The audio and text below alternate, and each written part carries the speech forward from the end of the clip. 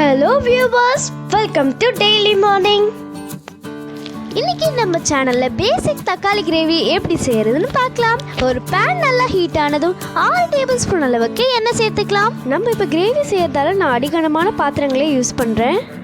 எண்ணெய் நல்லா ஹீட் ஆனதும் கொஞ்சோண்டு கடுகு சேர்த்துக்கலாம். கடுகு நல்லா பொரிஞ்சு முடிஞ்சதும் 1/2 டேபிள் ஸ்பூன் அளவுக்கு உளுத்தம் பருப்பும் 1 கொத்த அளவுக்கு கருவேப்பிலையும் சேர்த்துக்கலாம். 2 பெரிய வெங்காயத்தை எடுத்து நல்லா பொடிசா அரிஞ்சு வச்சிருக்கேன். நம்மளோட கிரேவிக்கு பொடிசா வெங்காயம் அரிஞ்சது ரொம்ப முக்கியம். இப்போ வெங்காயத்தை ஆட் பண்ணிக்கலாம். வெங்காயம் நல்லா பொன்னிறமா மாறுற வரைக்கும் வதக்கி எடுத்துக்க போறோம். வெங்காயம் நல்லா வதங்குற வரைக்கும் லோ ஃப்ளேம்லயே வச்சு நல்லா வதக்கி எடுத்துக்கலாம். சேனல்ல இன்னும் சப்ஸ்கிரைப் பண்ணாதவங்க சப்ஸ்கிரைப் பண்ணிக்கோங்க. பாத்தீங்கன்னா வெங்காயம் நல்லா ப்ரௌனிஷ் கலர்ல ஆயிடுச்சு. இந்த ஸ்டேஜ் வரைக்கும் வதங்கினா போதும். ஒரு தக்காளி எடுத்து கட் பண்ணி வச்சுக்கலாம். தக்காளி வாங்கும் போது நல்லா பழுத்த தக்காளியா பார்த்து வாங்கிக்கோங்க.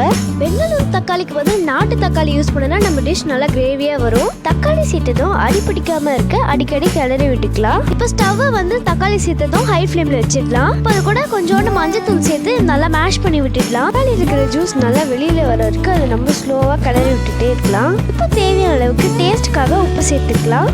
தக்காளியை அடி பிடிக்காம பார்த்துக்கோங்க. அடி பிடிச்சிச்சுன்னா கலரும் டேஸ்ட்டும் மாறிடும். நல்லா ஜூஸ் இறங்கிடுச்சு. இப்போ 1/2 டேபிள் ஸ்பூன் அளவுக்கு குழம்பு மிளகாய் தூள் சேர்த்துக்கலாம். நான் செய்யற இந்த கிரேவியை 4 பேர் வரைக்கும் நல்லா சாப்பிடலாம். மேக்ஸிமம் வெங்காயம் தக்காளி வந்து நல்லா வெந்துருச்சு.